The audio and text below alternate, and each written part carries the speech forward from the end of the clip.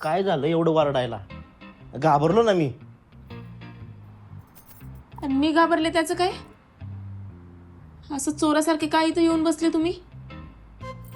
माझ्याच घरात मी कशाला चोरासारखं येईन? मला माहित आहे घरच्या चोरांचा काय उद्देश असतो तो. म्हणजे तुम्हाला काय म्हणायचंय? हा, माझ्याच बायकोला हात लावायला मी काय कोणाला घाबरतोय का? का मला कोणाची भीती आहे?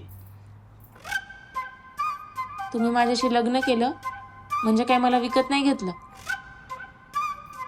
मला हात लावायचं नाही. ते हात नाही लावायचं म्हणजे मग आपल्याला पोरं बाळ कशी होणार? आपल्याला बाळ नको का? मी सांगितलं ना तुम्हाला मला बाळ नकोय म्हणून. बर, सेफ्टी वापरू काही दिवस. उठा इथनं आणि बाहेर झोपा. नाही जाणार. मीच जाते बाहेर झोपाय.